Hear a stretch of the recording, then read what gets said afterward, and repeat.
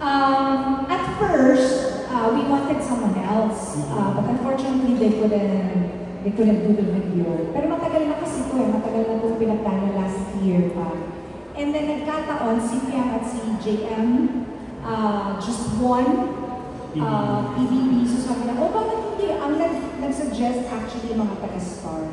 But it was my concept that I didn't want to be part of the video. Gusto ko yung voice ko lang. Kasi, ang theme niya kasi, para siyang Little Mermaid. Yung Little Mermaid pa ba? Parang si Ursula na ako. Hindi masyadong maganda ha. Diba? So, naisip ko nga si Pia. Kasi Little Mermaid is actually very young. Parang 16 lang siya or 17. Parang ganun.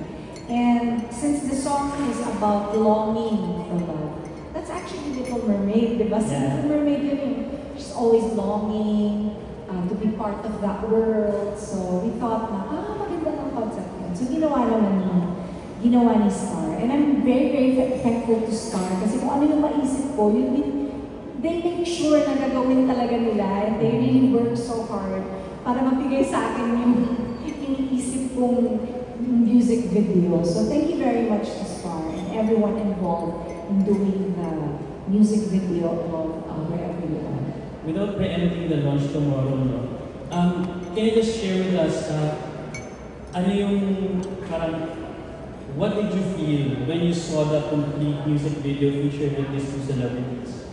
Ang na-feel ko, kasi they had to make me watch it kasi parang ako yung mag-a-approve. I was very proud. Tapos parang kinikilig ako. Tapos parang kung ano yung nasa isip ko, yun yung ginawa nila. So natuwa ako. Kasi mahirap mag-conceptualize ng whatever videos. Tapos kasi pagka binigay ko na sa kanila, syempre may sarili silang interpretation. So normally bumabalik pa yun sa akin, pwede bang ganito, pwede bang ganyan. Pero ito wala ako masyadong ganun kasi parang nakuha nila agad. Oo, nakuha nila agad kung ano yung gusto ko. Tapos pati yung feel, kuha ka agad nila. Yung look, kasi may mga effects madaming effects.